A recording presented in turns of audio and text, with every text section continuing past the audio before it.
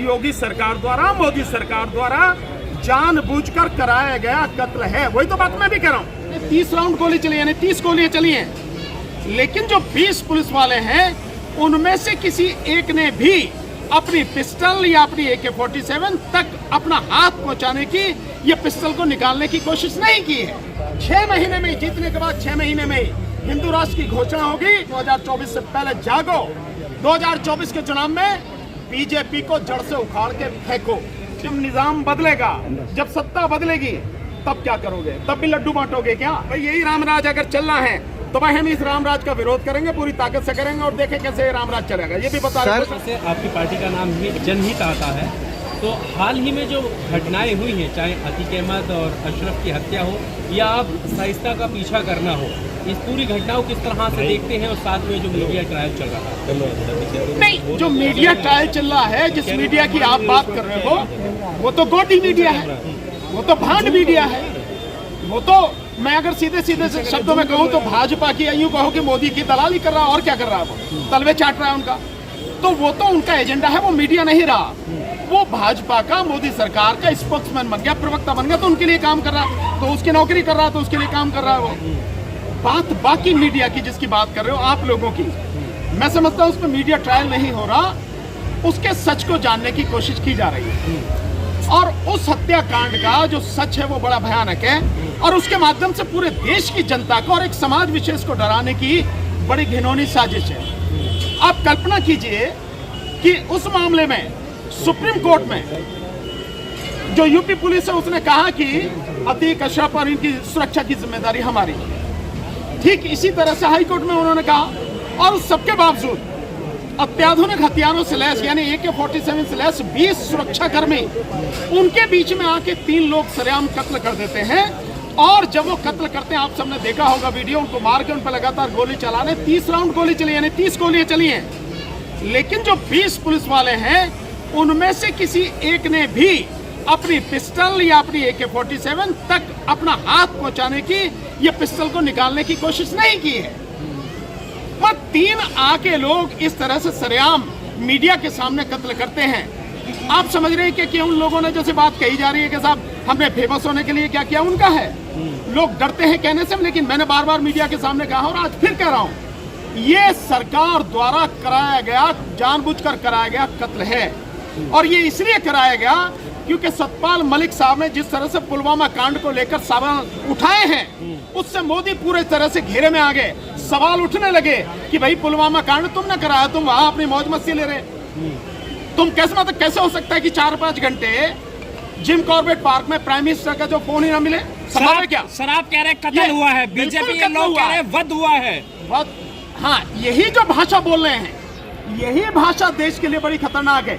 जिस वध की बात कर रहे हैं ना, अगर ये लोग वध करने पर उतर आए, जिनके वध की बात कर रहे हो आप, फिर आपको मैं समझता हूँ देश की धरती भी कम पड़ जाएगी। सर योगी जी ने शामिल में कहा, तो इसका मतलब साफ है जो मैं कह रहा हूँ कि सरकार द्वारा कराया गया कत्ल है। हाँ। भाई अगर वो इस भाषा को बोल रहे हैं कि वध किया है, तो मतलब साफ है कि योगी सरकार द्वारा, मोदी सरकार द्वारा जानबूझकर कराया गया कत्ल है। वही तो बात मैं भी कह रहा हूँ, ये कत्ल है। और वो 3 लोग जो लाए गए वो इसलिए क्योंकि पुलिस ने अभी 2 दिन पहले उसके बेटे का एनकाउंटर किया और लोगों का एनकाउंटर किया, पुलिस पर वो आरोप न लगे, इसलिए 3 लोगों को किराए पर लाए। था वो भी एनकाउंटर ही, बस पुलिस ने नहीं किया, उन लोगों के माध्यम से कराया, इतनी सी बात। लेकिन सर योगी जी जिस तरह से कह रहे हैं यूपी के अंदर कानून का राज है, और उन्होंने ये भी कहा कि गर्मी निकाल दी, तो उसकी तारीफ करेंगे आप? नहीं, आप इसे कानून का राज कह रहे गर्मी निकाल दी। अगर सरकार ने इतनी बड़ी सुरक्षा दे रखी है, हाई कोर्ट सुप्रीम कोर्ट में एफिडेविट दे रखा है, उसके बावजूद भी सरेआम मीडिया के सामने कत्ल हो रहा, तो क्या ये कानून का राज है? अगर यही कानून का राज है तो जब निजाम बदलेगा, जब सत्ता बदलेगी, फिर यही कानून का राज चलेगा। खुश रहोगे इससे? यही चाहते हो कि यही कानून का राज हो? आज तुम्हारे हाथ में सत्ता है, तुम गुंडागर्दी दिखा रहे हो, कल जब ये सत्ता दूसरे हाथों में आएगी वो भी यही काम करेगी, उससे खुश रहोगे? अगर यही चाहते हो तो ये कानून का राज नहीं है, ये संविधान का राज नहीं है, ये गुंडों का राज है।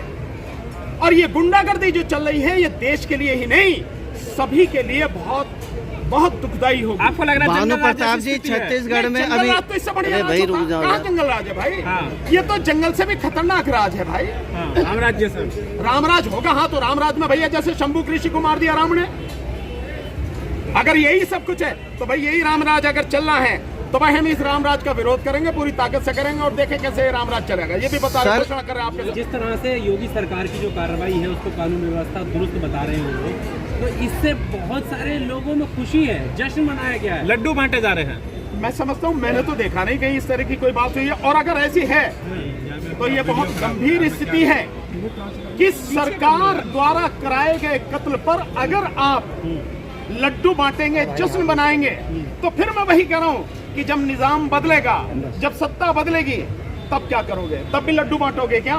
हो इस बात के लिए तैयार? ये जो सारी चीजें और जो लोग लड्डू बांट रहे हैं वो वही लोग हैं जो इस देश को तबाह करना चाहते हैं। जो लड्डू बांट रहे हैं वो वही लोग हैं जिनका देश के संविधान में विश्वास नहीं है। वो वही लोग हैं जिनका कानून में विश्वास नहीं है, जिनका जो है सिर्फ और सिर्फ सत्ता उनके हाथ में बनी रहे, उसके लिए वो सारे काम कर रहे हैं। यही है। तो क्या अभी शाइस्ता परवीन जो फरार चली है उन पर जो है इनाम भी बढ़ाया गया है, तो क्या उनको कानून का साथ देते हुए सहयोग करना चाहिए, सरेंडर करना चाहिए? इस देश के हर व्यक्ति को कानून और संविधान के तहत काम करना चाहिए, हर व्यक्ति को, और वो सरकार हो तो उसकी ज्यादा जिम्मेदारी। अगर कोई नहीं करता है, ये देश के लिए बड़ी गंभीर स्थिति है।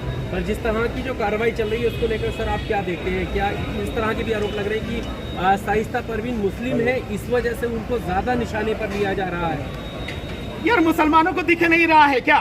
ये बार बार कहनी पड़ेगी कि मुसलमानों को किस तरह से टारगेट किया जा रहा, समझ में नहीं आ रहा। बार बार आपको टारगेट किया जा रहा है, और ये उस समय किया जा रहा है जिस समय एक तरफ देश का प्रधानमंत्री जो वो कहता पसमानदा मुसलमानों को साथ लाने के लिए, उनकी भलाई के लिए नौटंकी की जा रही है, और यही पसमानदा मुसलमानों का कत्ल किया जा रहा, फिर भी आपको नहीं दिखाई देता। और कुछ दिखाने की, कहने की जरूरत है? मेरे मुंह से ही कहलवा हो गया कि सब कुछ सबके सामने हो रहा, सबको दिख रहा है क्या हो रहा है। बात आपको समझने की है, अगर आप नहीं समझेंगे तो यही हाल रहेगा, और जो हो रहा है शायद इससे भी बदतर होगा। इसलिए हम बार बार लोगों को जगा रहे हैं, बार बार लोगों को बता रहे हैं कि 2024 के लिए ईवीएम की लड़ाई में हमारा साथ दीजिए, और बैलेट पेपर से चुनाव करवाने के लिए हमारे साथ खड़े होइए, और बीजेपी को उखाड़ के फेंकिए, नहीं तो देश की क्या बुरी हालत होगी आपकी कल्पना से बाहर। सर, आप कानून के बड़े जानकार हैं, आप सुप्रीम कोर्ट में प्रैक्टिस करते हैं, आपको क्या लग रहा है जिन 3 लोगों ने गोली चलाई उनके खिलाफ क्या कार्रवाई बनती है, कानून सम्मत क्या हो सकता है? जो बात करती है तो सरकार के पास तो था, ठोक ही देना था वहीं के वहीं। भाई उन तीनों को वहीं ठोक देना था। क्या बात थी, क्यों नहीं ठोका? क्यों? क्योंकि बाकायदा सरकार द्वारा कराया गया है। जय श्री राम के नारे लगे, वो नारे किसी के भी लगा लो, इससे क्या फर्क पड़ता है? एक सतपाल मलिक जी का बयान आया है, उन्होंने कहा है कि अगर बीजेपी 2024 में जीत गई तो देश बहुत बुरी स्थिति में चला जाएगा उसके बाद। यार, अब सतपाल मलिक जी कह रहे हो तो तुम भी ये बात करो, मैं तो इतने समय से कह रहा हूँ। मेरी बात का कोई मतलब नहीं है, मैं इतने समय से कह रहा हूँ कि बीजेपी अगर 2024 में जीतेगी, उसका एक कारण है केवल ईवीएम। ईवीएम रहेगी तो जीतेगी, आप नहीं हरा सकते, चाहे जितनी भी आप कुछ कोशिश कर लीजिए। ईवीएम हट गई, बैलेट पेपर से होगा तो 40 सीटें बीजेपी को नहीं आएंगी, और बीजेपी अगर जीतेगी तो सतपाल मलिक जी ने जो कहा है वो भी उनकी कल्पना में नहीं है। इस देश का इतना बुरा हाल होगा। मैं होम मिनिस्ट्री की जो रिपोर्ट है, इंटेलिजेंस की जो रिपोर्ट है, मैं उसके मुताबिक बता रहा हूँ, 6 महीने में जीतने के बाद 6 महीने में हिंदू राष्ट्र की घोषणा होगी, और इस देश में जो हाल होगा आपकी कल्पना से बाहर है। इसलिए बार बार जगाने की कोशिश कर रहा हूं, 2024 से पहले जागो।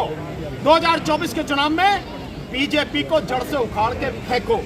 यही तुम्हारा सबसे बड़ा धर्म है आज की तारीख में, यही तुम्हारा फर्ज है, यही तुम्हारा कर्तव्य है। अगर इसमें चूक गए तो फिर तुम चाहे जो करते रहो, कुछ बचेगा नहीं। सर, आपने सारी बातें की, आपने कहा कानून का राज नहीं है, आप कह रहे कि जुल्म हो रहा है, मुसलमानों टारगेट किया जा रहा है, लेकिन आपने अतीक को लेकर ये नहीं कहा कि अतीक माफिया था, उसने लोगों के साथ गलत किया, ये इसको आपने एक्सेप्ट नहीं किया। अगर कोई माफिया है या कोई भी है, या तुम भी माफिया हो या मैं भी माफिया हूँ, इस देश में संविधान है कि नहीं है, कानून है कि नहीं है?